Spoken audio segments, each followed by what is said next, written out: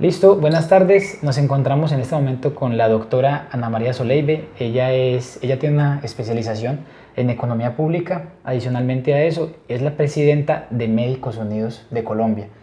Realmente pues, es una persona que tiene total idoneidad para hablar sobre el tema que vamos a tocar el día de hoy, que es sobre el sistema de salud y las reformas nuevas que se vienen. El objetivo es hablar con una persona especializada en el tema, que ha vivido el proceso, que lo ha sufrido también y que realmente nos puede hablar con criterio sobre lo que viene y lo que dejamos. Entonces, doctora, buenas tardes, ¿cómo está? Buenas tardes, muchísimas gracias por la oportunidad de poder hablar un poco del proceso del sistema de salud que tenemos y la propuesta que traemos de un nuevo modelo de salud. Listo. Doctora, primero que todo, arranquemos con lo que dejamos. Listo, para saber, digamos, para tener un lineamiento del por qué es tan importante lo que se viene. Entonces hay que saber qué es lo que dejamos, listo. Entonces, ¿qué piensa usted del sistema de salud que tenemos actualmente y cuáles son las falencias reales que tiene este? Esencialmente, ustedes han escuchado que la Ley 100 es bonita y mal aplicada. Pues realmente no.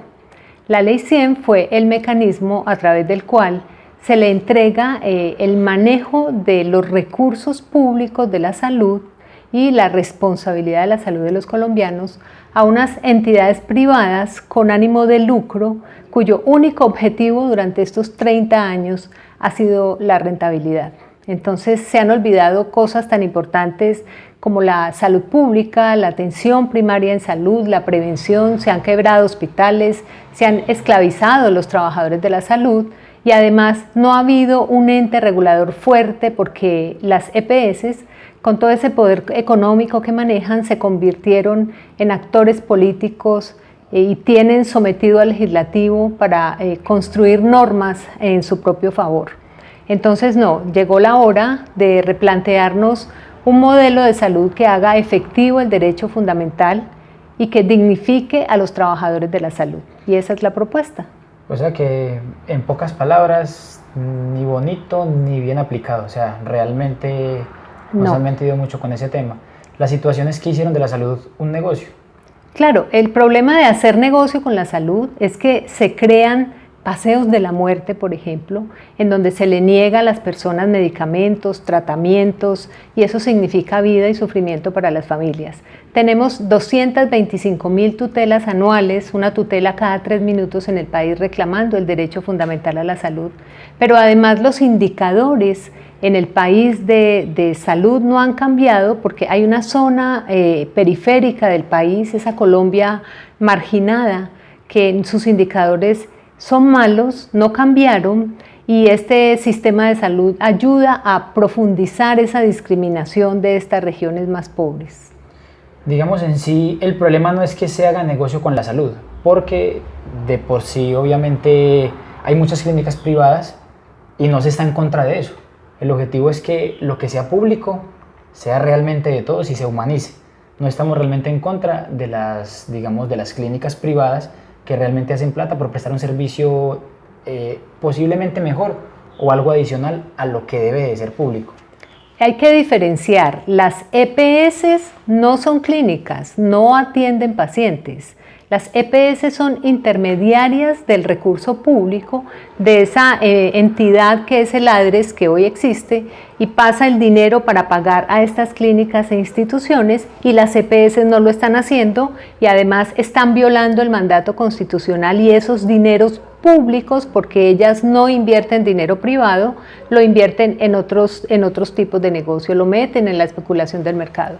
Entonces, en ese proceso, las clínicas y los hospitales se quiebran y el activo variable más fácil de manejar son los trabajadores, entonces vemos trabajadores con 8 o 9 meses sin recibir su salario.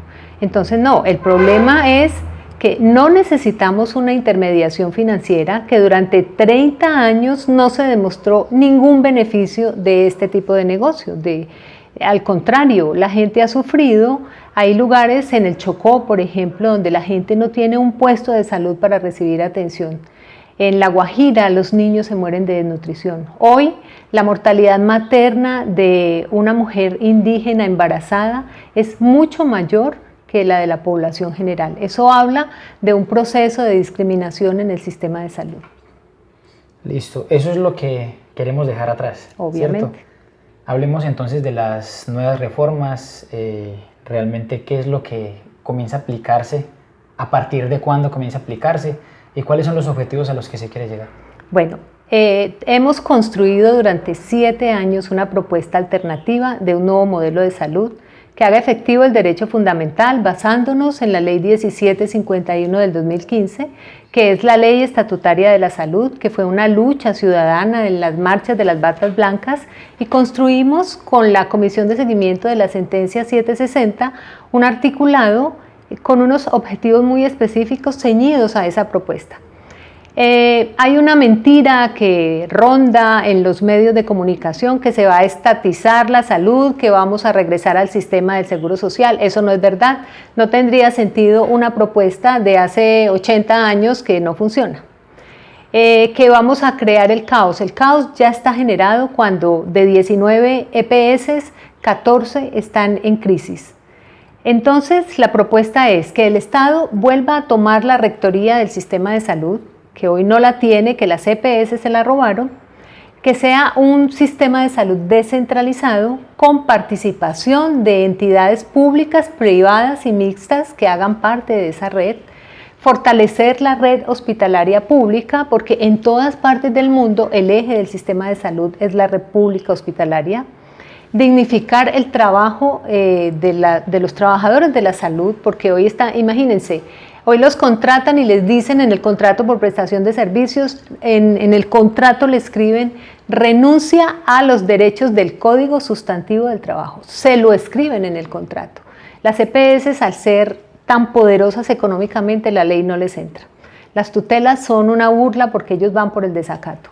Entonces necesitamos que esa intermediación financiera se acabe, un sistema de salud descentralizada con unos territorios saludables y unos consejos territoriales que definan la política pública desde el territorio y se vaya al gran director del sistema nacional, que será un Consejo Nacional de Salud, en donde se tomen las políticas de acuerdo a estas necesidades. El manejo financiero será directo, el giro tiene que ser directo a los hospitales y clínicas que hacen parte de esta red del sistema de salud. Y con un enfoque muy fuerte en dos cosas: los determinantes sociales, que son esos factores que determinan que usted tenga buena salud, porque puede ser que el paciente llegue con gastritis porque tiene 3 días sin comer. Hay lugares donde no hay acueducto y agua potable, entonces hay que hacer una trazabilidad con otros ministerios del gobierno dentro de los planes de desarrollo para definir necesidades en estas situaciones de vida de las comunidades. Y el otro enfoque muy importante es la promoción y prevención de la salud. Entonces eso se va a definir con un centro de atención en salud por cada 20.000 habitantes, en donde se haga la prevención. Tienen que haber unos promotores como existieron antes, vigilando estos problemas que se pueden prevenir a que se compliquen, y medidas de protección a la población antes de llegar a la enfermedad, porque la ley 100, como la tenemos hoy, está centrada en la enfermedad y en el alto costo. Al sistema hoy le conviene un paciente con hemofilia y no le convienen 2.000 citologías preventivas en las mujeres. Entonces, pues el enfoque es definitivamente preventivo y atención primaria en salud. O sea, en pocas palabras, lo que queremos realmente, o lo que quiere la EPS realmente, es que usted se enferme para poderlo curar. Claro, no y que se complique. Prevenir la enfermedad, y si se complica mejor. Exacto, y si usted tiene un cáncer y su quimioterapia es costosa y su pronóstico de vida es poquito, bajito, entonces a la EPS le conviene que a usted se muera porque ahorra el dinero que está recibiendo, el dinero público que está recibiendo para atender a este paciente. O sea, doctora, que en pocas palabras, cuando están hablando de que ven la salud como un negocio, es literal. O sea, realmente le ven ahorro de costos a la salud. Exacto. Si usted se enferma, lo podemos curar. Y si usted se muere más rápido, pues menos gastamos en su medicamento. Eso sí. Es lo que está pasando actualmente. Exacto, el negocio es este. Por ejemplo, vuelvo al Chocó. En el Chocó, la población que va a demandar no me va a dar la ganancia que que tendría, por ejemplo, en las capitales donde están concentrados los centros de salud. Entonces en el Chocó yo no pongo un puesto de atención, pero recibo la unidad que el Estado me paga por cada paciente. Ese dinero público que yo recibo lo meto en el sector financiero y eso genera una rentabilidad. Y esa rentabilidad no se devuelve al sistema siendo dinero público, sino que queda para la EPS. Entonces genero también unas barreras de acceso, que son, por ejemplo, autorizaciones. Cuando el médico tiene autonomía, cuando le pide a usted el examen, sabe por qué se lo está pidiendo y la pertinencia del examen. Pero entonces ellos generan autorizaciones y te mandan dentro de las barreras a otra ciudad, porque eso para el paciente casi que es un incentivo para desistir del examen que la entidad me manda. Me mandan a Tuluá y yo no tengo dinero, vengo de una vereda de la Argelia y tengo que pagar transporte, acompañante, entonces mejor no voy y si puedo ahorro y me lo tomo particular. Pero la entidad recibió el dinero por ese servicio que le va a prestar a este paciente. Es un negocio en alianza. Yo digo que es la forma en que se cooptó el sistema de salud por el sector financiero. Estamos dominados, no hay manera que estas entidades cumplan las leyes, cumplan con su deber por el sistema de salud y acabaron con toda la moral ciudadana por el respeto a la vida y pues esto se tiene que acabar. Listo. Doctora, cuando hablamos de un centro médico por cada 20.000 habitantes, eso traducido en infraestructura, ¿qué quiere decir? Ya lo teníamos. Acuérdense que tenemos el puesto de Santa Ana, San Joaquín, aquí en Cartago. Eso era lo que había, una población destinada para un centro de salud. 20.000 habitantes, ese centro de salud va a tener una capacidad resolutiva, va a haber una red integrada de atención. Entonces, el ejemplo es este. Yo llego porque tengo dolor abdominal y fiebre. En ese puesto de atención me piden el examen de sangre y se dan cuenta que posiblemente tengo una apendicitis. Llaman a la red siguiente de mediana complejidad, que esperamos que sea el Hospital Sagrado Corazón de Jesús y no el esperpento que nos privatizaron, y entonces allí dice, sí, remítalo, tiene que haber un centro de remisión porque hay que operarlo del apéndice. Lo operan y hay un centro en ese nivel de complejidad 2, hay una oficina de contrarremisión que me devuelve al centro de atención y dice, ya lo operamos, le fue muy bien en su evaluación, continúa en su centro de atención primaria, en su puesto de salud. O sea que aquí en Cartago faltarían varios centros de atención médica por construir.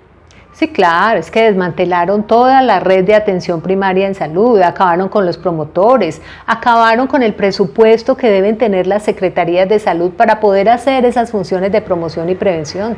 Las EPS acabaron con todo, acabaron con la dignidad de los trabajadores, acabaron con el poder que tenía la tutela para reclamar el derecho.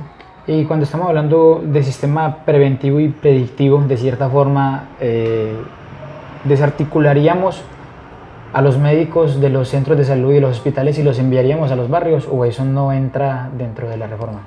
No, lo que pretendemos es ese centro de atención, es el mismo modelo que hay en Inglaterra, que hay en España, que hay en Dinamarca, que hay en Costa Rica y que funcionan muy bien. Son los médicos en el centro de atención, pero obviamente hay una población que tiene dificultad para tener acceso al sistema de salud y tiene que hacerse una demanda activa en búsqueda de esa población, pero lo ideal es que los pacientes converjan a su puesto de atención y que hayan unos promotores vigilando en donde hay falencias del sistema de salud que hay que corregir, que hay que prevenir, el paciente que resultó hipertenso y no tiene tratamiento todavía, o el niño que no está en un programa de control y crecimiento y desarrollo, o la mujer embarazada que no va a los controles prenatales. Listo. El Vox Populi, de que normalmente todas las personas que votaron por Petro están muy ilusionados y emocionados con la posesión de la nueva ministra de Salud. ¿Qué opinión nos merece la nueva ministra de Salud? Bueno, la doctora Carolina Corcho, que estuvo aquí en Cartago, por cierto, es una médica psiquiatra que desde que empezó su estudio, tiene una maestría en política, ha sido una lideresa del movimiento social, se ha destacado como presidenta de ANIR, presidenta de la Corporación Sur y vicepresidenta de la Federación Médica Colombiana. Hace parte de la Comisión de Seguimiento de la Sentencia 760 y junto con la sociedad civil construimos esta propuesta de un nuevo modelo de salud. Claro que la sociedad civil está feliz porque eligieron a su vocera como ministra de Salud y estamos muy seguros, está muy comprometida que se hará un gran trabajo, pero va a necesitar el apoyo de la ciudadanía, de todo el que considere que ha sido maltratado o que hay otros maltratados por el sistema, porque hay una gran resistencia de los poderes que controlan las EPS, que controlan los medios de comunicación. Entonces hay una gran resistencia a esta propuesta, pero estamos muy felices con ese nombramiento. O sea que la mujer es una conocida de la lucha. Total, convencida de la lucha. Y convencida además. Claro, sí, eso se nota. De igual manera, me imagino yo que por más detractores que se tengan, uno no puede luchar en contra de los resultados y de lo que se ve, ¿no?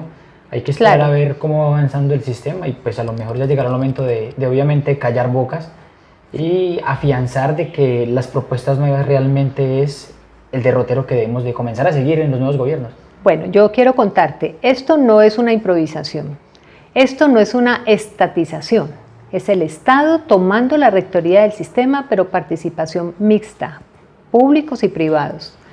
Necesitamos un sistema de información porque en 30 años no lo tenemos. Hay un articulado que se va a presentar en el Congreso, que fue el que construimos entre todos, que le corresponde a la sociedad civil.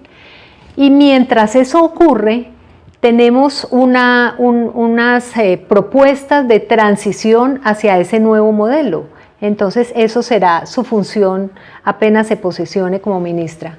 Eso también lo definimos en el grupo de la sociedad civil y ahora seguimos con una gran pedagogía porque dentro de la Comisión Séptima, por donde debe ser aprobado el proyecto, están algunos grupos políticos con intereses muy particulares dentro del sistema.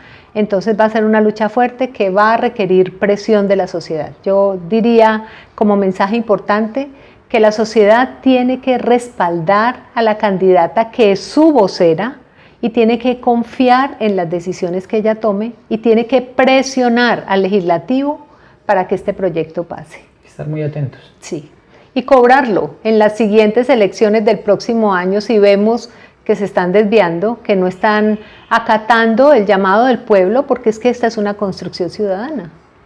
Y doctora, ¿qué papel jugarían las clínicas privadas en este nuevo sistema de salud?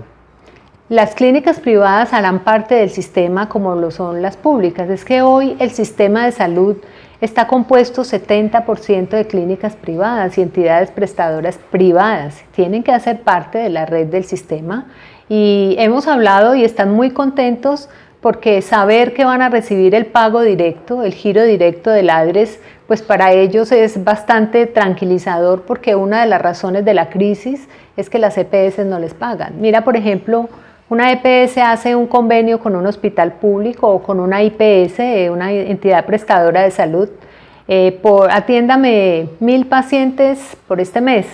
Y al mes le dice, no, yo no le voy a pagar tanto, yo no tengo el dinero, le pago la mitad, le pago lo que quiero, eso es lo que se conoce como glosas, y la entidad ya ha prestado el servicio y ya se encuentra en un déficit por una EPS que no quiere pagar simplemente porque no quiere, porque el Estado ya le giró su dinero para que lo hiciera.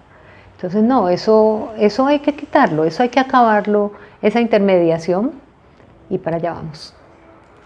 Esperamos que sí, ese es el objetivo. Y en cuanto al tema de pensiones, el tema de los ancianos, ¿cómo se mueve el sistema? Bueno, nosotros en la reforma no tocamos riesgos profesionales, medicinas complementarias ni el sistema de pensión. Nos quedaríamos atrapados en eso. Entonces no, por ahora lo más urgente es el sistema de salud. Los otros libros de la ley 100 no se tocan. Entonces, digamos, ¿qué pasaría como tal con eso? ¿Quedaría dentro de un engranaje? El sistema de salud funciona aparte. Las otras tienen su mecánica de funcionamiento. Sé que se necesita una reforma al sistema de pensiones. Ya el presidente Petro ha hablado de un sistema de pirámides que además me parece maravilloso.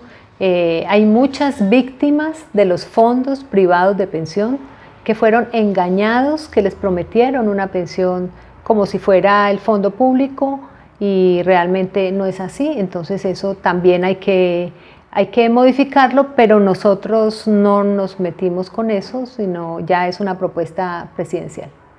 Es algo ciertamente aislado con respecto a lo que se quiere lograr. Sí, sí. Ahora el tema con los doctores, bueno, los médicos en general, que obviamente vimos muchos videos de muchos médicos que estaban realmente en contra del sistema de salud que posiblemente dejamos dentro de poco. ¿Qué les queda a esos médicos de aquí en adelante? Bueno, no son solo los médicos, son los trabajadores de la salud, y en eso va incluido el que maneja la ambulancia y el camillero, el que está en servicios generales, que han sido rotos sus derechos laborales. Yo digo que la Ley 100 nos ha devuelto 40 años en las conquistas de los derechos laborales que teníamos hasta ese momento.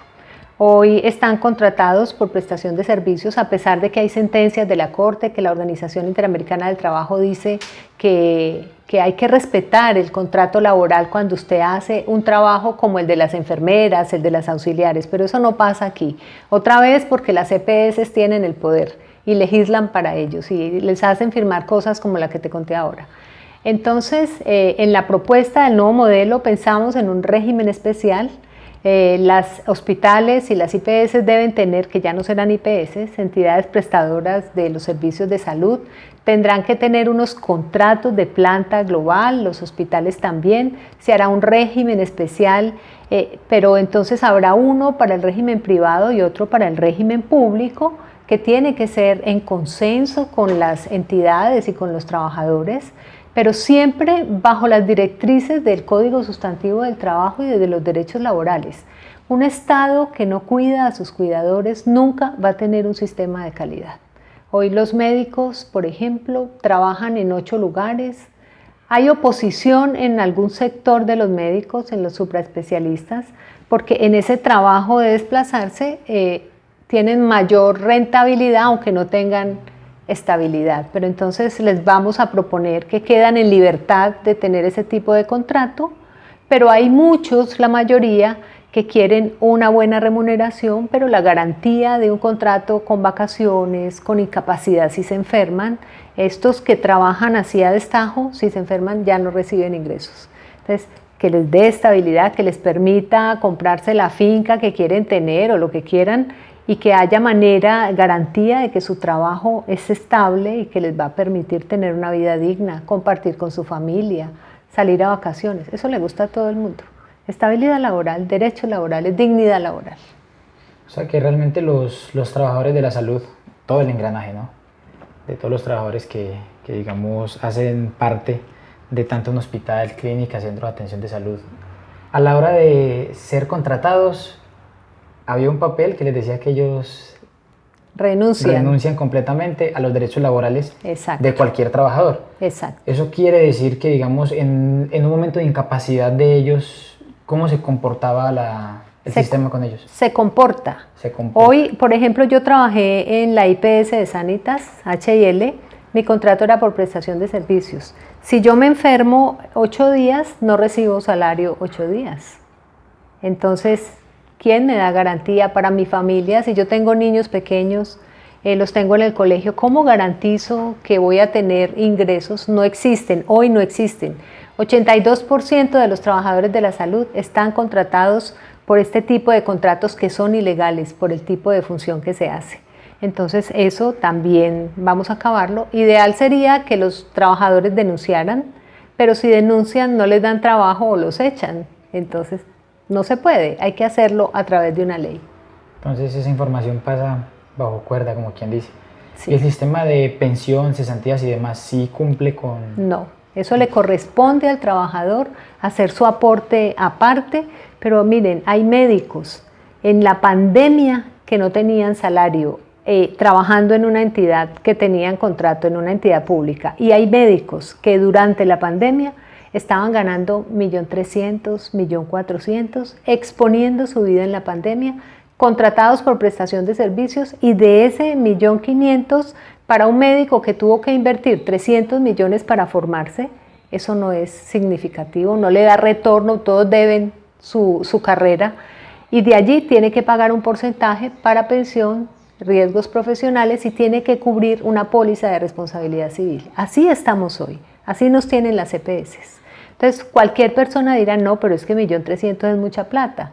No para alguien que invirtió 300 millones de pesos para estudiar y que le debe al ICETEX la matrícula, que son en últimas una millonada. Entonces no es posible. ¿Cómo pago el crédito con esto que estoy ganando? Igual yo creo que hay algo en lo que coincidimos todos, o sea, algo en lo que coincide uno en todas las profesiones, porque en las universidades se habla mucho de eso. Y es que para uno estudiar medicina se necesita mucho más que querer y se necesita mucho más que simplemente tener la plata.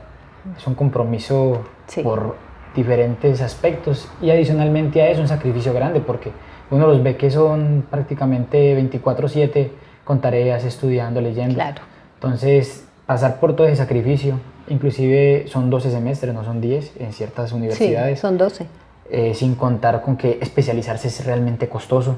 La carrera es realmente costosa, el tiempo que me quita y saber usted que va a salir a ganarse menos de 2 millones de pesos, es que es más, inclusive dejándolo en 2 millones de pesos es algo un poquito cruel. Yo te digo, es reconocer la dignidad del trabajador. ¿Cuándo hemos visto que a un senador no le paguen 7 meses? ¿Ustedes se imaginan un senador sin salario 7 meses? Eso no ocurre, porque es el senador. Esa dignidad hay que reconocérsela al trabajador de la salud, no solo al médico, a la enfermera, al auxiliar, a los trabajadores de la salud, por lo que representa. ¿Qué hubiera sido de la pandemia sin ellos? Y que realmente trabajar en una clínica o un hospital tiene una cantidad de arandelitas complicadas porque uno debe tener muchas precauciones, demasiadas precauciones. Yo siento que hasta, digamos, desde la persona que recoge la basura hasta la persona que sale en la ambulancia, hasta quien cura y opera, todos deben de estar preparados para trabajar en sincronía, ¿no? Claro. Por mantener todo con la mayor esterilidad y estética posible. Es un sistema y tiene que funcionar articulado entre todos. Por eso cuando hay gente que dice que es que hay EPS que funcionan bien, pero es un sistema. El sistema no puede sacrificarse porque hay 3 EPS que hacen alguna cosa bien. Es un sistema, hay que mirarlo de manera global.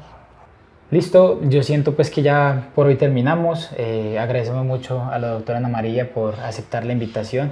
Adicionalmente a eso, pues hoy obviamente nos dio cátedra sobre el sistema de salud, lo que dejamos y lo que se viene.